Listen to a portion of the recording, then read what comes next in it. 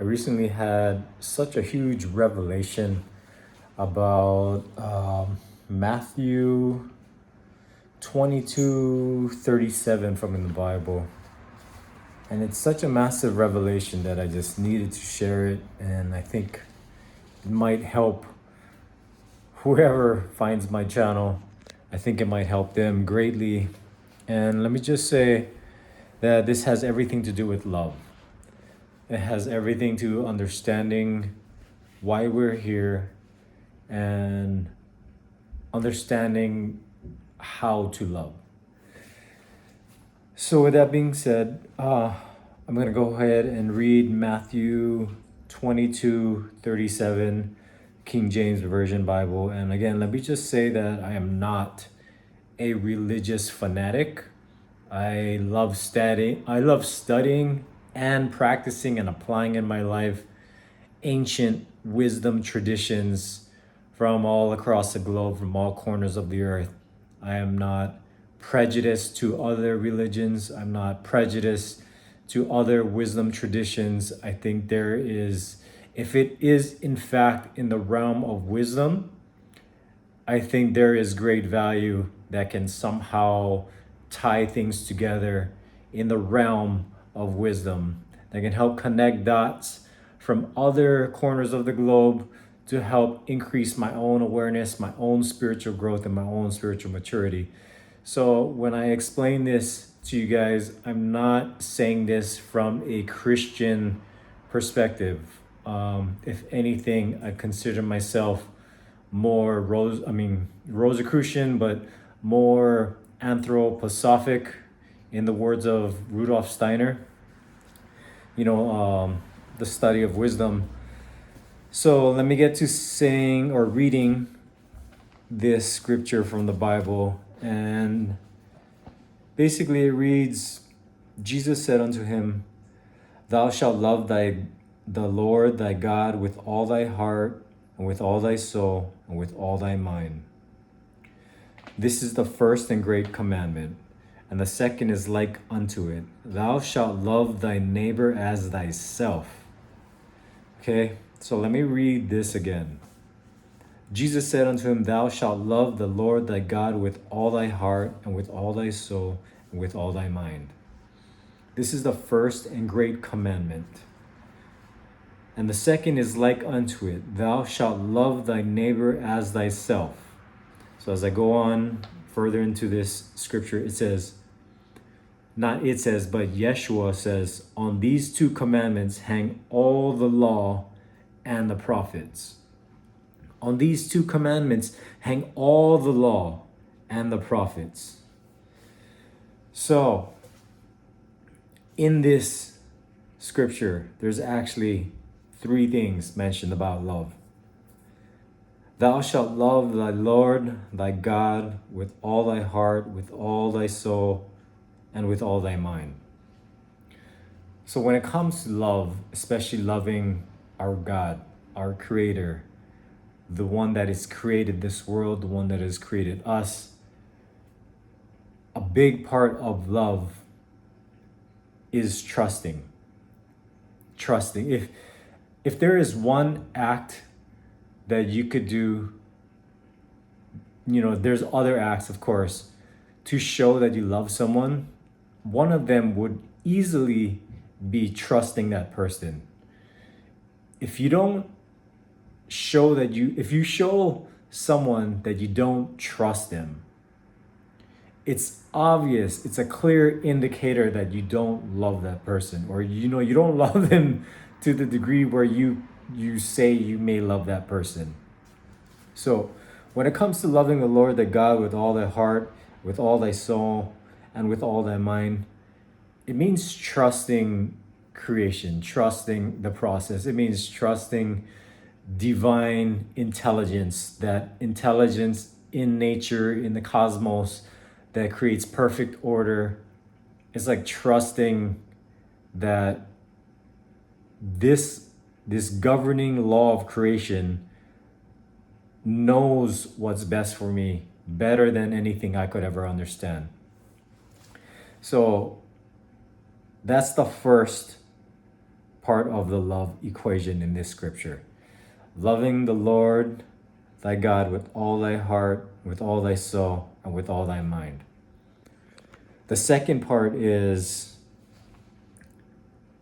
thou shalt love thy neighbor as thyself. So that's actually 2 and 3. There's 2 and 3. Thou shalt love thy neighbor as thyself. And the reason I personally wanted to make clear that I'm not saying this as a religious fanatic is because I find my own experience, and again, my heart goes out to all these people, is that in Christianity, especially like organized religion Christianity, and there's other sects, there's other cults, spiritual cults that do this too, but people actually don't know how to love themselves. So when Yeshua says, thou shalt love thy neighbor as thyself, I think it's so easy for people to, at least in the church, to help people out, help and love another person. But I think the part that is overlooked, is the part where it says, love thy neighbor as thyself. Now, I'm not sure if you're familiar with narcissism and codependency, but my own personal experience, I've seen it a lot. And again, I'm not condemning anyone. I'm not throwing shade or hate. I'm just saying what a simple observation is for me. And again, my heart goes out to these people. I pray so much for a lot of these people that I've encountered this with and that I've had personal experiences and interactions with. I find that the negative self-talk, the shaming of oneself, the guilt tripping of oneself, it's so common, and it's not a sign of loving oneself. That's not how you love yourself.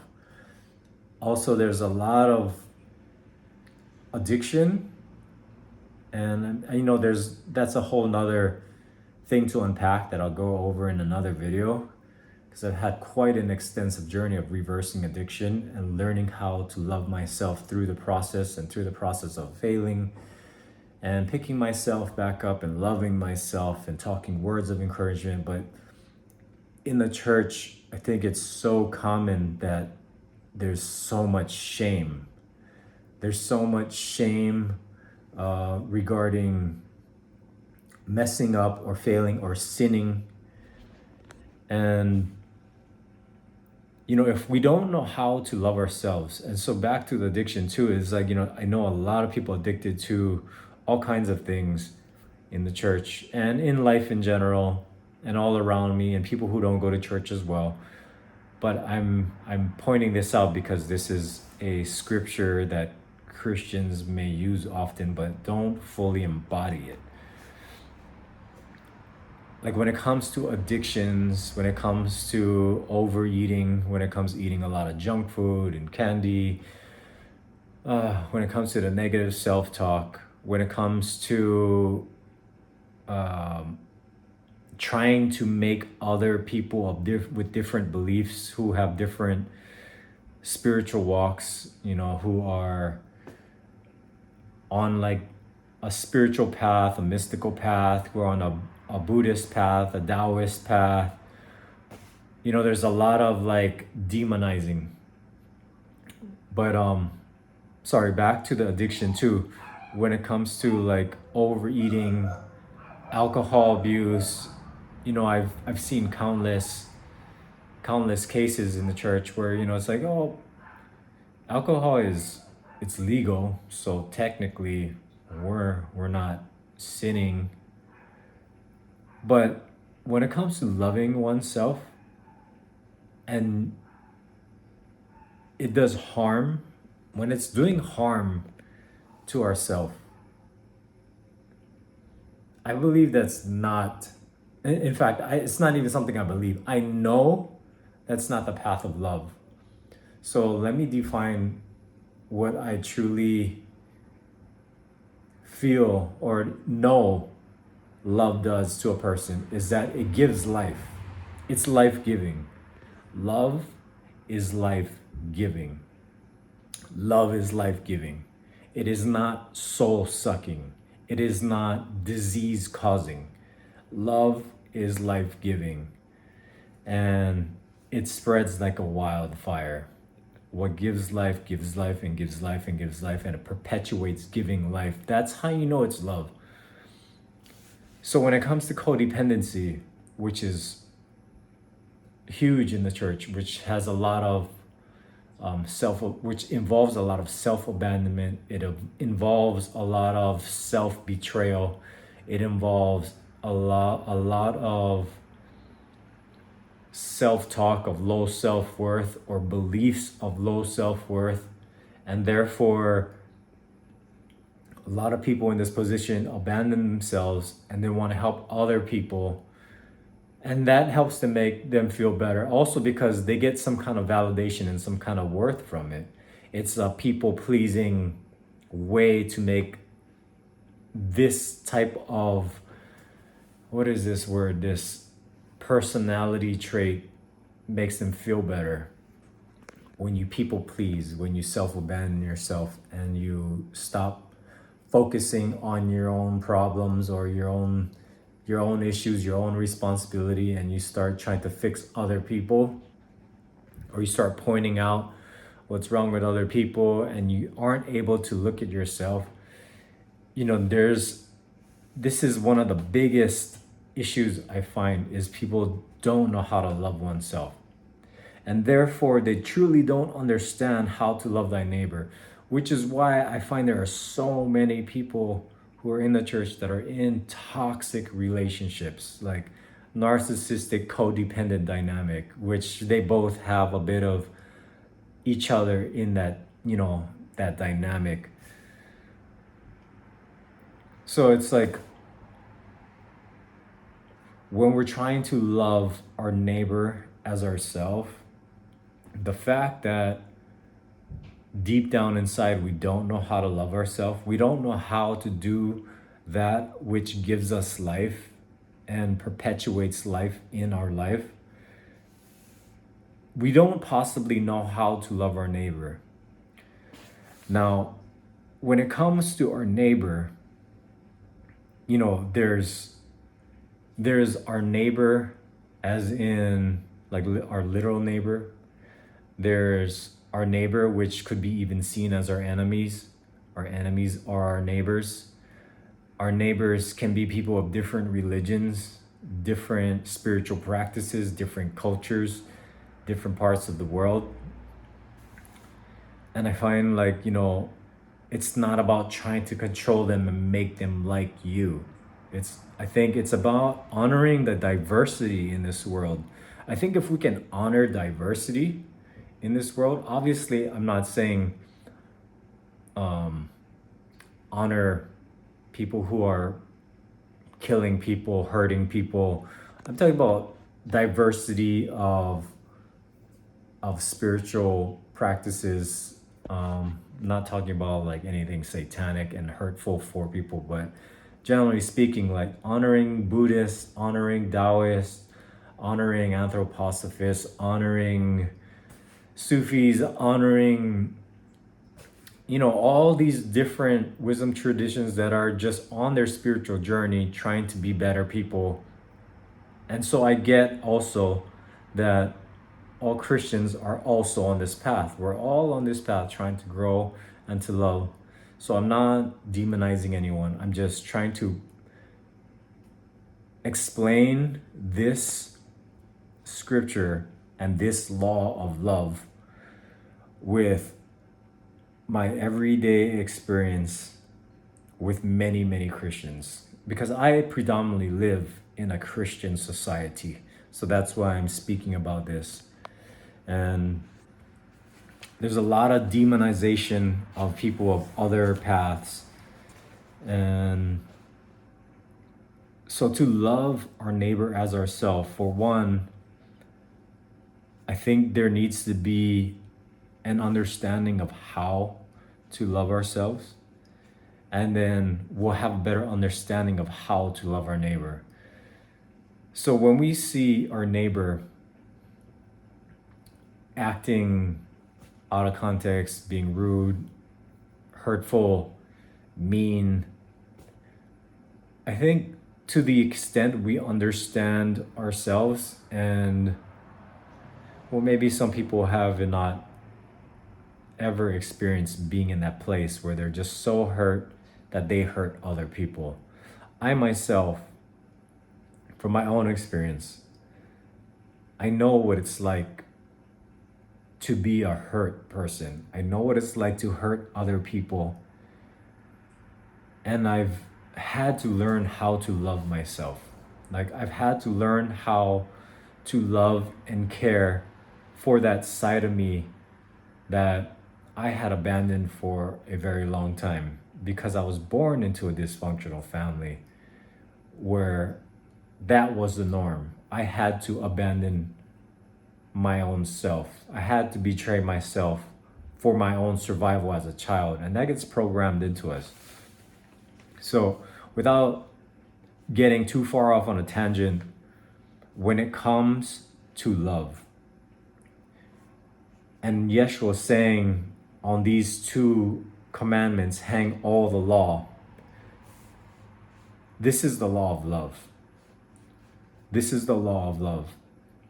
So another thing about our neighbor too is that our neighbor are literally the trees, the ocean, the rivers, the water, the sky, the soil, Aina, the land. That is our neighbor as well. Like, they are living beings. All life that surrounds us is our neighbor.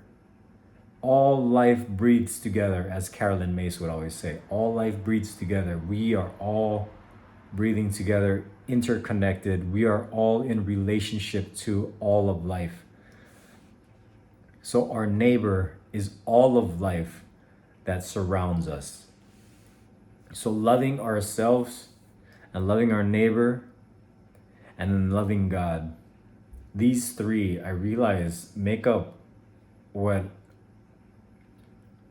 I was told through a download in meditation, that it's the Trinity of love. This is the Trinity of love. So if we can understand that we're born into a world full of hurt, full of dysfunction, full of violence and chaos. But as Carl Jung says, behind all chaos is a hidden order. All of this hurt that we experience, every hurt we experience, especially growing up as a child, programs of fear into our subconscious mind.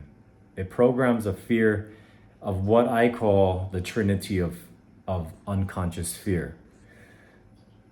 So on the flip side, like I was saying, the Trinity of love, let me be clear. I want to call this the Trinity of conscious love. Conscious love. So a love that is aware. When we live from a hurtful place, when we live with unhealed wounds, emotional wounds, our perception of love is skewed. It's distorted and we don't see it clearly. Our perception of love is deformed and mutated to where we grow up thinking that this toxic relationship with the narcissist as a codependent, this abusive relationship, we grow up thinking that this is love because we were programmed that through another hurt person, a traumatized person, a wounded person, that also thought that was love, we grow up thinking that's love, and therefore we perpetuate that.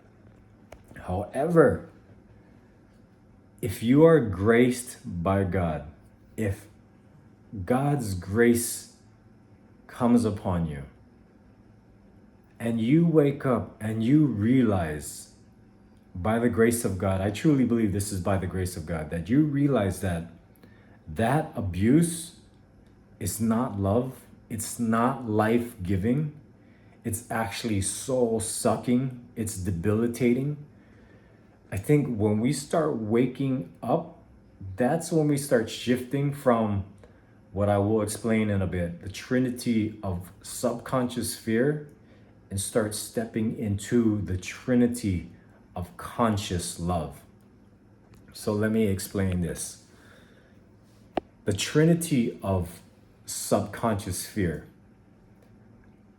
I had a revelation that all of our behavior that is destructive, that is soul-sucking, that is debilitating toward ourselves or our neighbor is first and foremost a result from having a distorted view of love.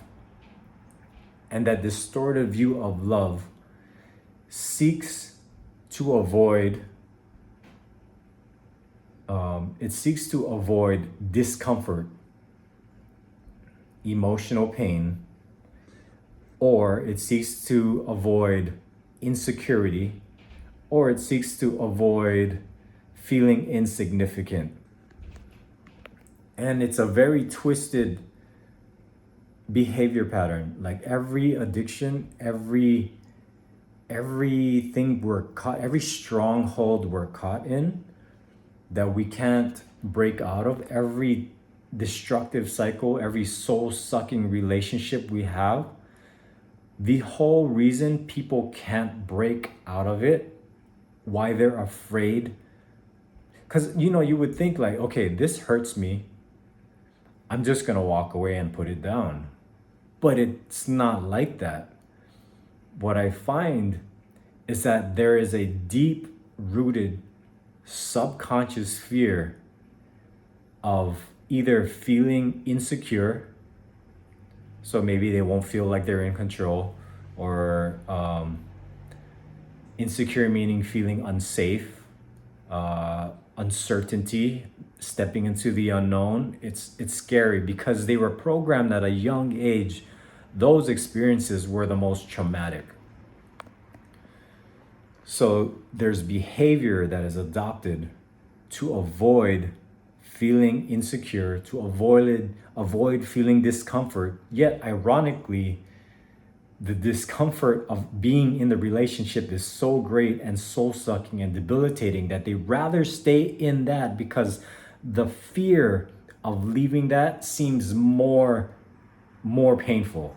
It's like that fear is so terrifying and scary to them that they would rather stay in a toxic relationship with something, whether it be a substance that's killing them, whether it be a behavior that's killing them or hurting them, or whether it be a relationship with someone that's soul-sucking and debilitating.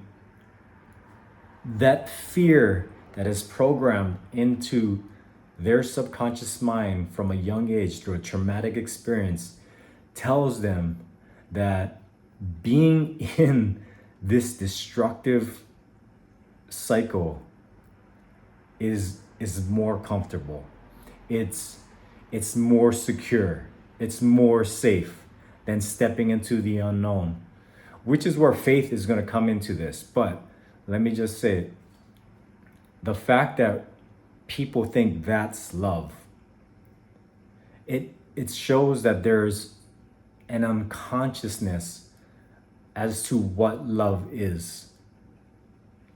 And it's this school of duality of life that shows us eventually, if you're graced by God to have your eyes open and you can see what love actually is, because maybe you see what an actual loving relationship is, Like maybe you are graced to meet a couple where they respect and honor each other, they communicate with each other clearly, they they don't manipulate the other one, they don't control the other one, they don't, verbally abuse the other person. They respect and honor and want to know how they feel, how they're doing each day. They're like companions and they're teammates in their own right. Maybe by that grace you learn that, like, wow, you become conscious that, like, hey, the relationship I'm in, where I'm being controlled, I'm being manipulated to feel guilty, to feel shameful about myself, to feel low, to have low self-worth, to be, that I deserve this abuse. Like, you realize, like, maybe this isn't actually love. And so the whole goal to all of this is learning how to love. So, how do you love a neighbor that is violent, abusive? And let me just say this, when it comes to love, it doesn't mean that you have to be buddy buddy and spend all your time together. Because best believe, in certain circumstances, love requires space. In certain circumstances with very harmful people, love requires space, and you can love people from afar. So, this is when you start stepping into a conscious love, like how and what love actually is. And to the degree you hate this person, obviously you have not found out how to love this person. But to the point where one day that I hope you all reach is that everyone that is hurting other people, you have to know that to the degree they are hurting other people, just know that they probably experienced that and maybe even worse as a young child. And I'm not saying it excuses poor behavior or abusive behavior, but I'm just saying it because it can help you have empathy and compassion for someone, which is love. So on this note, regarding those kinds of relationships, this is how you love. You start to learn how to love these kinds of people. You learn how to pray for these kinds of people and bless them and wish them, you wish them well. Like, sincerely, when you reach that place where you're sincerely praying for someone that has double crossed you, that has tried to hurt you, that has tried to see your downfall, that's when you really start understanding what this is about. And forgiveness is what Carolyn May says is, she believes, is the ultimate supreme act of loving oneself. Because to the degree where you cannot forgive someone, you are holding on to the past. You are holding on to a hurt that you replay in your mind, that is replaying in your subconscious mind, and that literally triggers a cascade of stress hormones in your body. Just having those thoughts alone. You can dive into the work of Dr. Joe Dispenza, who does a lot about heart coherence and how thoughts literally make people sick. There's placebo, there's nocebo, and best believe, when we cannot forgive someone because we cannot understand their pain and their behavior, we are literally imprisoning ourselves. We are psychically tying ourselves to the past, a very hurtful past that keeps us from being present here in the now, right here, right now. And I mean, again, unless if the pain and the trauma incurred just now, then, that's a different story. But still, I'm saying, when you can let go of it, you are literally cutting that toxic memory from your mind and you're filling it with love. and you're feeling with compassion. And this is what sets you free. This is what sets you free. Love sets you free. Forgiveness sets you free. And so when it comes to growing in this conscious love, this also applies to how you love yourself. So there are many addictions, right? There are people who are addicted to praise and worship and admiration and clout, like narcissists, right? There are people who are addicted to substances, social media, processed sugar, carbs, processed carbs. There's so many addictions. At one point, when you don't really understand, when you're not conscious of how this is soul sucking or debilitating, maybe because when it comes to some addictions, a lot of the damage is happening internally in our bodies. It's killing our liver, destroying our liver, which is a very important sacred organ amongst all our other sacred organs, right? There's a point when we are so addicted to these substances or these things or these toxic relationships, we literally say to ourselves, God, I love this. I love this. But there comes a day where the truth is revealed in your health. The truth is revealed in your mental, emotional health, your gut health, your organ health. The truth is revealed, and you realize that that whole time you've been destroying yourself on some level. It's been debilitating you on some level. It hasn't been life-giving. And then from the point where you, by God's grace, gain that revelation, you learn like what actions you've been habitually doing that have not been life-giving to you, which, by the way, affects everyone around you. I think, not even I think, like I know that when we are in a destructive pattern, everyone that cares about us, we affect them in a negative way. Karmically, too, for sure. We affect everyone that loves us in a negative way. And it's not just ourselves. It's not just our organs. It's not just our health.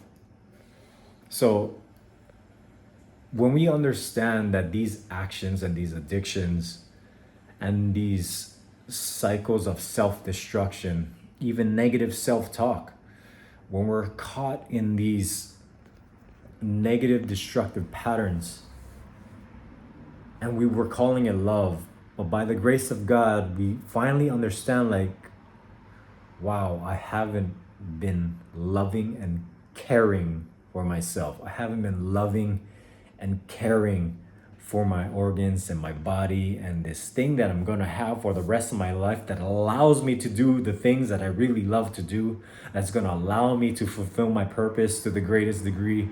When we realize that and we step into a conscious love of loving ourselves, we start eating different. We start eating for life. We start eating because we realize, hey, this is actually gonna give me life, and this is gonna help me fulfill my purpose better. It's gonna help me fulfill my mission better. I'm gonna have more energy, more vitality. I'm gonna have a lot healthier mindset, because best believe what we put in our bodies affects our mind. There's a gut-brain connection. What we eat absolutely affects the way we think. It affects our whole hormonal system. So if it's affecting our hormonal system in a negative way, it's going to affect our thought process in a negative way.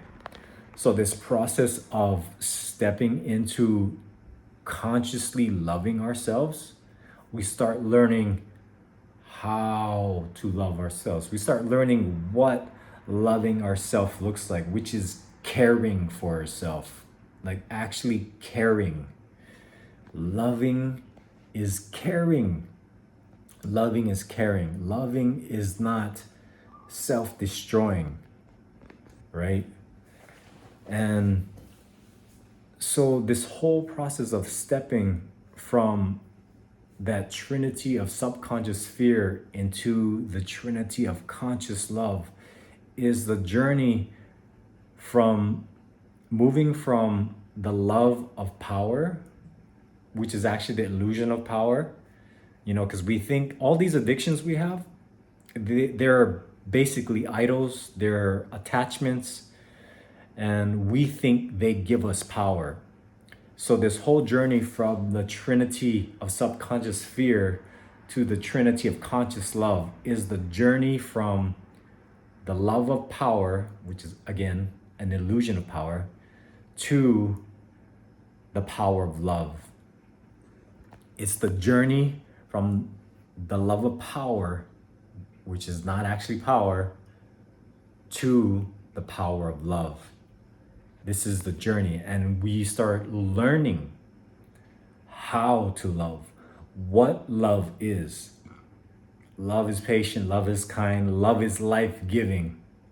And so again, when it comes to codependency, people think that doing this and that for everyone, people pleasing, is love.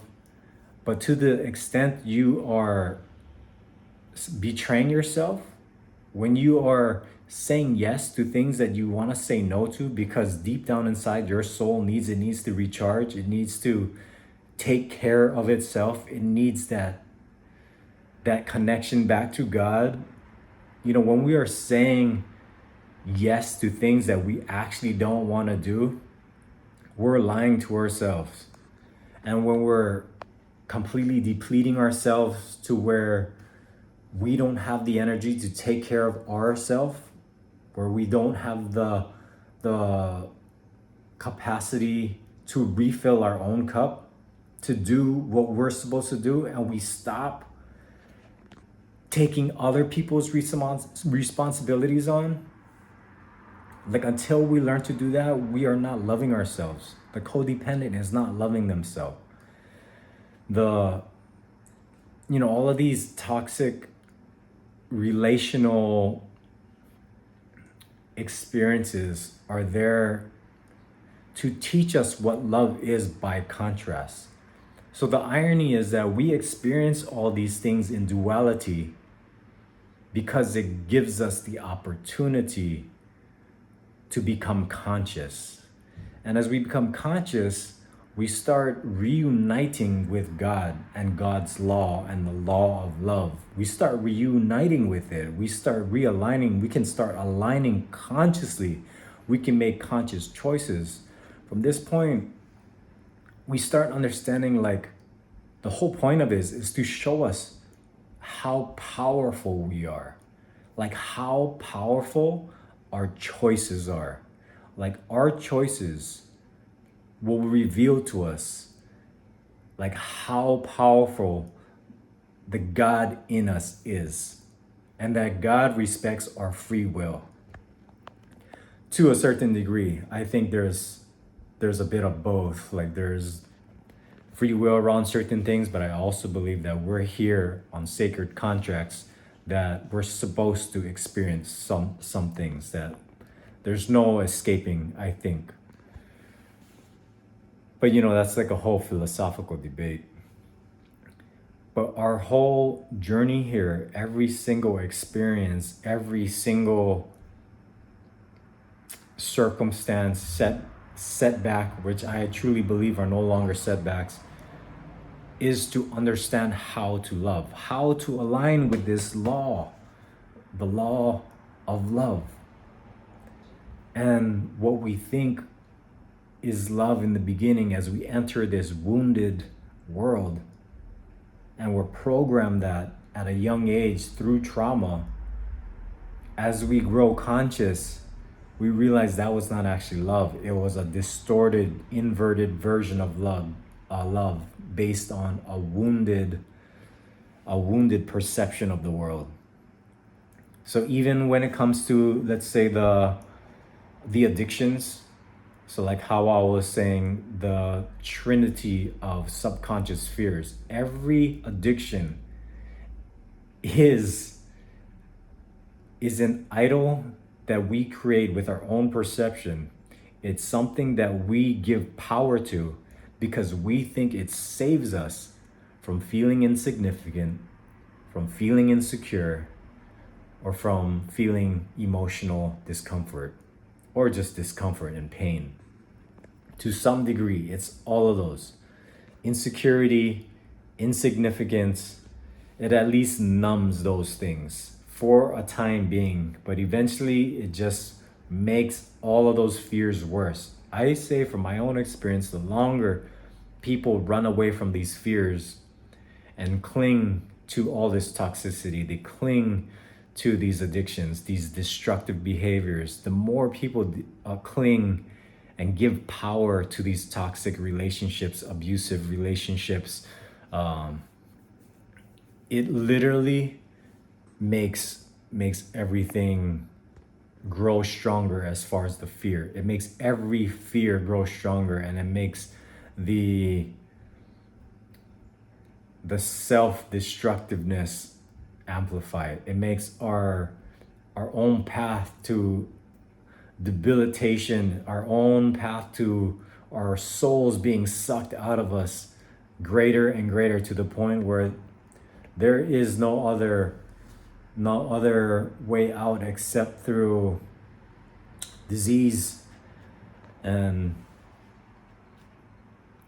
lots and lots of pain. It's funny, it's ironic because we cling to these idols out of all these fears.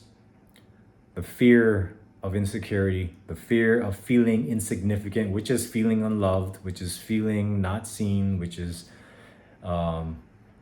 feeling unlovable, feeling unworthy, not good enough, feeling insignificant, right? So as we cling to these toxic, self-destructive, soul-sucking things out of these fears, it literally only makes those fears even more powerful over us. It gives them more power, which is where greed comes in. People need more and more and more and more to try and run away from these fears. But the thing is, you're never going to run away from these fears. And so Yeshua's teaching about faith has a lot to do, everything to do, I want to say everything to do with stepping out of these fears, which is so comfortable. It's a behavior that we know, like, we've known for decades, some people all their lives. It's a behavior that's been destructive that we've known for so long, that trying to step in another direction that's healthy, it feels uncertain. It's like we literally have to step into those fears. In particular, we have to step into that discomfort. We have to step into that feeling insignificant. We have to step into that feeling of insecurity, but with faith. And that's the only way we will start understanding and seeing how to do what love would do, how to live in a way where we are loving ourselves, how to live in a way where we're loving our neighbors, where we're loving our enemies, blessing our enemies, knowing how this person, okay, how to love this neighbor. It's like, okay, I can help them. I'm full of vitality today. I have filled my cup. I've spent my time, in stillness, in quiet, and I've refilled my cup. I'm so full with life, so full with love, that I have the capacity to help this person. And then another day, you'll feel like so depleted, so tired, and these people want, like, can you help us do this and do that? And yet at the same time, it's like you got all your own responsibilities to do. You're so depleted. In that day, learning how to love is like saying no. It's like, and this is going to be an art form, learning how to say no, how to decline in such a beautiful, loving way, because there is a way to do it. But then again, if we're not used to that, if we've been programmed in a very toxic, manner, in a very toxic relationship with the world and others, understanding and learning how to do that, it's going to take time. There's a learning curve, but this is the journey of learning how to love. So one day it's going to look like God will give you a situation that will test whether or not you're going to love yourself. Another day it's going to test you. And I don't even want to say it's like a test. I want to say it gives us the opportunity to develop love. It's more like an opportunity to develop love, because this is not like a pass or fail. I think when we get into that mindset, that's when people who have been indoctrinated with religious doctrine oftentimes will shame themselves, guilt trip themselves because they failed, and like get down on themselves, talk negative words to themselves, which is also not a way to love oneself. So when you see it and you shift your perspective to see that God is gifting us, literally gifting us the opportunity to develop a greater understanding of love and embody love and live in love, learn to love our neighbor, whether they want to be a Buddhist, whether they want to be a Taoist. I'm not going to try and convert them and make them like me like a narcissist would. I'm just going to honor them and pray and love and just like right on. That is beautiful. You're on a journey, and that, they're on their journey. It's beautiful that they have a practice. And even if they're not, if they're an atheist, it's like, I'm not going to like go and condemn them. It's more like, I'll bless them, and I know that God has a time that one day they're going to wake up. And also some atheists, I see where they're coming from. And a lot of it has to do with religious trauma. They choose to be atheists because they've experienced such deep religious trauma with a lot of narcissistic religious fanatics, which is huge in this world, and also spiritual cults. There's a lot of narcissistic spiritual cults. I find like for some reason, narcissists really love to play in that space and gain the praise and the validation and the grandiosity that that space provides, without actually healing the deep wounds around insecurity, with the deep wounds of feeling insignificant, and the deep wounds of feeling emotional pain. So when God is giving us any circumstance or any situation, and take this with a grain of salt, and trust me, I've had to experience so many terrifying experiences over and over again, just to learn the lesson, just to trust God, to learn how to trust, and to see how many terrifying experiences God has thrown at me, and no one was able to help me in so many of these different dark nights of the soul, that coming out of them without like actual help and guidance from someone, I realized like the person I became through that, the lessons I've learned, the skills I developed, the abilities I developed, the patience I developed, the understanding of how to love and care for myself in those times. Like, I realized that every single circumstance that God gives us is to help us evolve and become masters of love and care, masters of this law of love.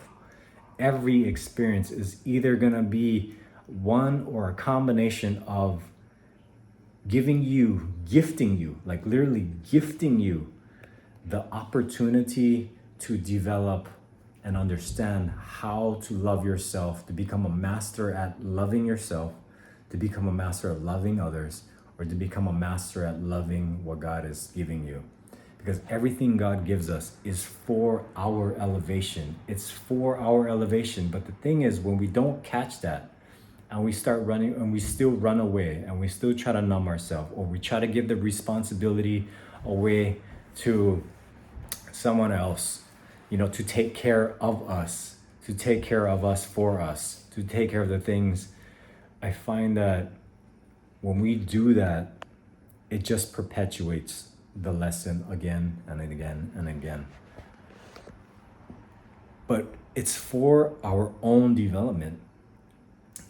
Like, God gives us everything we need to heal what needs to be healed. So when I go back to all the different traumas that I was talking about, all the different traumas that we've experienced as a child that have programmed us on a subconscious level to fear this, to fear that, to develop this unhealthy behavior, to run away from that fear, develop that unhealthy relationship, to run away from this fear. Every situation is there to show us what fear is at play. Every situation is there to bring up a certain trauma. And the ironic paradox of healing these past traumatic experiences is feeling and processing that emotion that we've been running away from. So we can run away from them as much as we want, but there is no running away from the emotional wounds that are in us. There is no running away from them. We think addictions numb them, but they only make it worse. So my advice is literally lean into it, be still, and know that God is giving you exactly what you need. So to the extent you can sit in those three fears, you can sit in the discomfort, you can sit in the insecurity, feeling insecure, then you can sit in feeling insignificant, feeling unlovable, feeling unloved. When you can sit in it comfortably, I mean, don't get me wrong, it's never going to be comfortable, but it gets more easier over time. When you can start sitting in that and you can face it with courage, and you can sit in it in faith that God is trying to get you to process something. The more you can do that, the less those things have power over you. The more you can do that, the less they have power over you. The less that the addictions have power over you, the less that the toxic relationships have power over you, and the more you're able to understand how to love yourself, how to love your neighbor, how to love yourself that honors all life, that honors the soil, that honors the trees, the birds, the bees, that honors all life, that honors life.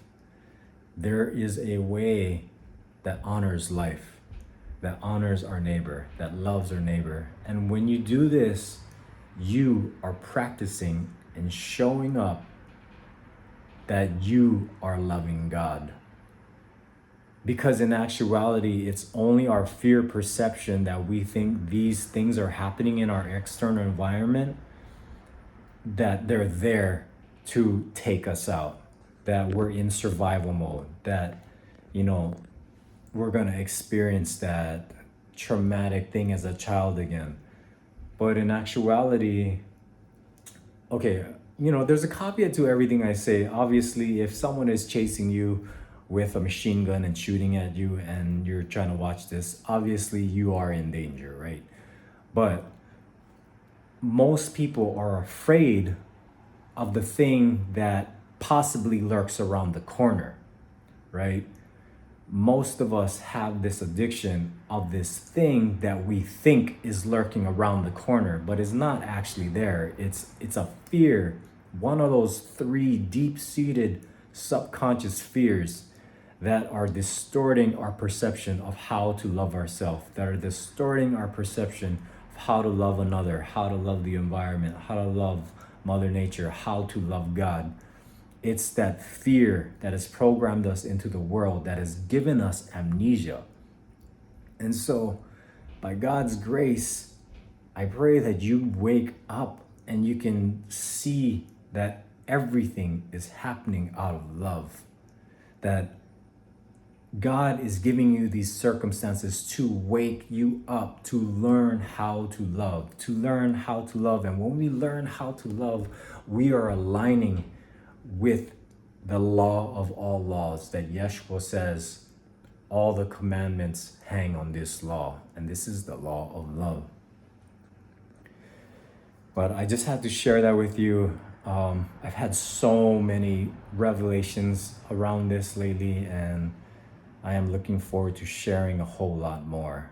But if you have gotten any kind of downloads or if any comments, whether they're good or bad, I really don't care. I really would like to hear, but you can put it in the comment section below. All right, guys, peace.